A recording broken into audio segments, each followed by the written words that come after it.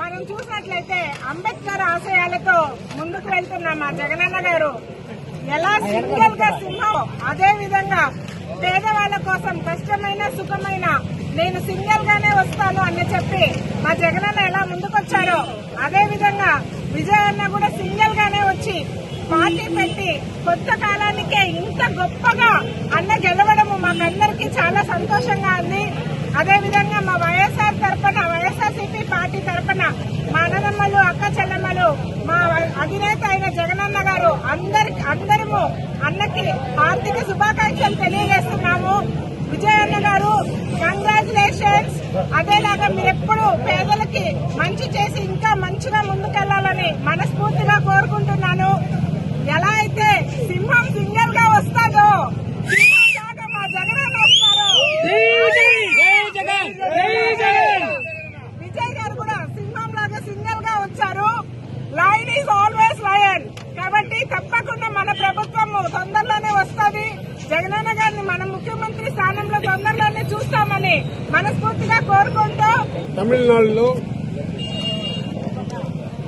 విజయ్ గారు ఉత్సాహం, ఎందుకంటే ఆయన ముఖ్యమంత్రి అయినాడు. నేను ఇంతకుముందు కూడా ఎన్నో పర్యాలు మీకు చెప్పాను. బడుగు బలహీన వర్గాలైనటువంటి దళితులు అందరూ ఒకటయ్యి, బీసీలు, దళితులు, పేదవాళ్ళందరూ ఒకటైతే ఆ పార్టీ ఖచ్చితంగా గెలుస్తుంది.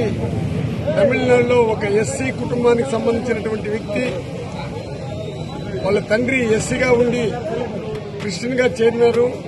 అక్కడ ఎస్సీలు, ఎస్టీలు ఒకటైనారు. అన్ని పేదవాళ్ళందరూ కూడా ఒకటైనారు. పెద్ద మెజారిటీతో అది మామూలుగా 118 సీట్లు వచ్చి ఉంటే ఇంకా చాలా బాగుండేది. కానీ విజయ్ చరిత్రను సృష్టించాడు.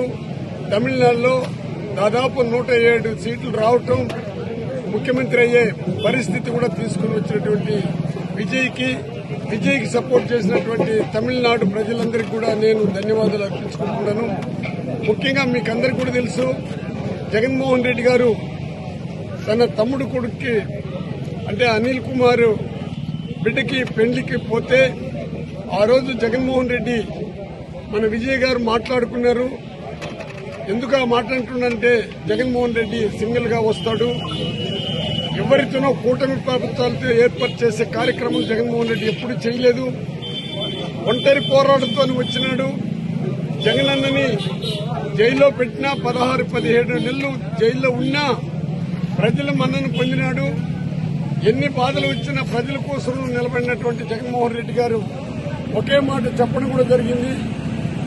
అదే విధమైన క్యారెక్టర్ కలిగినటువంటి విజయ్ని కూడా ఏ విధంగా మాట్లాడుకున్నారంటే, పెళ్లి రోజు ఆయన మాట్లాడింది, నువ్వు సింగిల్ గా రా, ఒంటరి పోరాటం చెయ్యి, ఖచ్చితంగానూ ముఖ్యమంత్రి అవుతామని సలహా ఇవ్వటం, అది విజయ్ గారికి కూడా బాగా నచ్చి జగన్మోహన్ రెడ్డి ఫోటో పెట్టుకుని ఏలాంటి గర్వం లేకుండా ఆయన మన విజయ్ గారు కూడా ఇద్దరు ఫోటోలు పెట్టుకుని ఓట్లాడటం, మనం 3-4 జిల్లాలకు సంబంధించినటువంటి మనమందరూ కూడా పక్క నియోజకవర్గాలకు సంబంధించిన వాళ్ళు ప్రతి ఒక్కరు కూడా విజయ్ గెలవాలని, చిత్తూరు జిల్లాకు సంబంధించిన వాళ్ళు, అదేవిధంగా నెల్లూరు జిల్లాకు సంబంధించిన వాళ్ళు, బార్డర్ ఏరియాలో ఉండే వాళ్ళందరూ కూడా విజయ్ గెలవాలని మాట్లాడితే కాకుండా, జగనన్న తమిళనాడులో అడుగు పెట్టపోయినా తమిళనాడులో ఆయన క్రేజ్ ఏ విధంగా ఉందో పసిగట్టినటువంటి మన విజయ్ గారు 2 ఫోటోలు పెట్టుకుని ఏలాంటి గర్వం లేకుండా ఓటు అడగటం జరిగింది.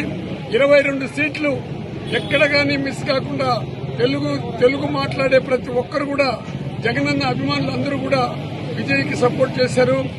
కాబట్టి జగన్మోహన్ రెడ్డి గారు ఆయన లండన్ నుంచి కూడా మన విజయ గారి యొక్క సక్సెస్ గా ఆయన వచ్చినటువంటి ఈ సక్సెస్ఫుల్ అయినటువంటి ఈ యొక్క ప్రభుత్వం ఇంకా బాగా నడవాలని, భగవంతుడు జనాలు నమ్ముకో, నీకు మంచి ఫ్యూచర్ ఉండదని కూడా చెప్పడం జరిగింది జగనన్న కూడా ఎప్పుడు దేవుణ్ణి ప్రజలు నమ్ముకున్న వ్యక్తి.